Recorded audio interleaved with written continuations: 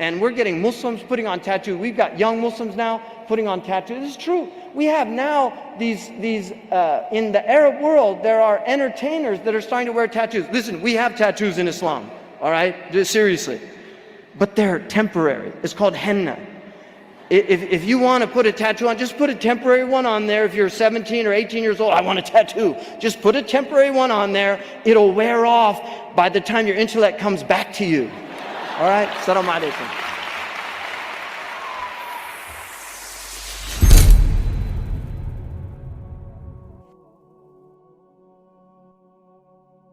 An important thing to note about the Prophet's cursing, he said, "Ma bu'atu la'ana," I wasn't sent to curse. It's in the Seerah mubalagha in Arabic, which is a hyperbolic form, that he was not somebody that cursed by nature, nor was he sent to do that. But he did, there are over 100 curses that the Prophet articulated. In Al-Bukhari, he says that Allah replaces his curses as prayers.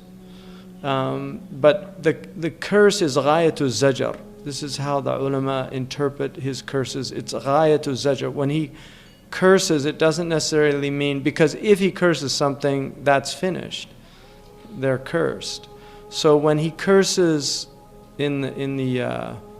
which is equivalent to our word damn, in English. A damn is a very strong word. It's less so now, but once it was an extremely strong word in the English language, because you were essentially saying go to hell to a person to be damned to hell. Damnation is to be mal'oon, to be cursed to hell. So the Prophet ﷺ did not curse as a habit, but there are times when he cursed.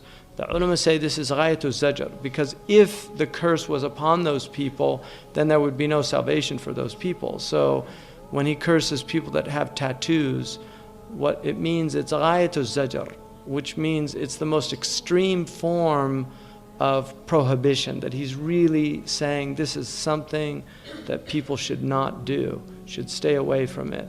So it's important to note that, because people will often forget that the people of kaba'ir have salvation. Just on the subject of tattoos.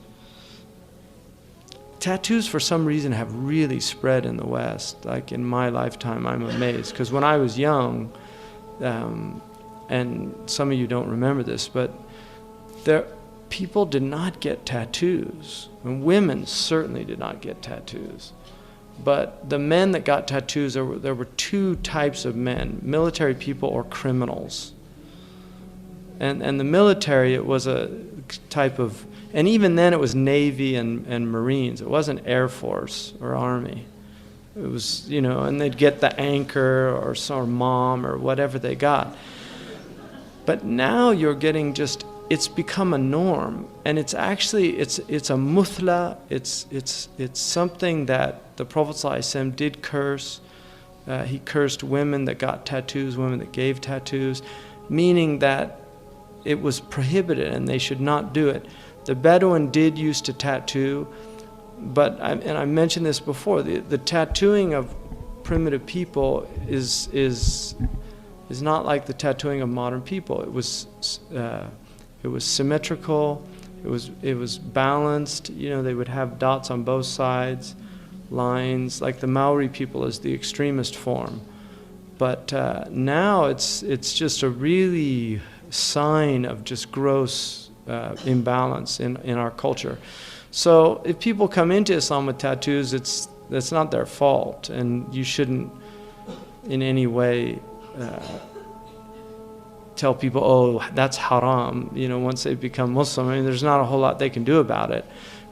People can get them removed, but it's expensive and it's difficult. But I know Muslims that converted to Islam after getting tattoos. But Muslims, certainly, I mean, this is a great crime against the body. And it's something the Jews also prohibit. So the Jews have prohibition of tattoos in the Talmud. And they know that it's a desecration of the body. Unfortunately, the Christians don't have that guidance, because a lot of the guidance that the Jews have was not incorporated into Christianity. They don't know about menstrual cycles like the Jews do, for instance. So People don't know to stay away from their wives during menstrual cycle. They don't know about ghusl, for instance. I mean, some people will do that just by fitrah, but they don't know it as an injunction, as a way of restoring your spiritual integrity.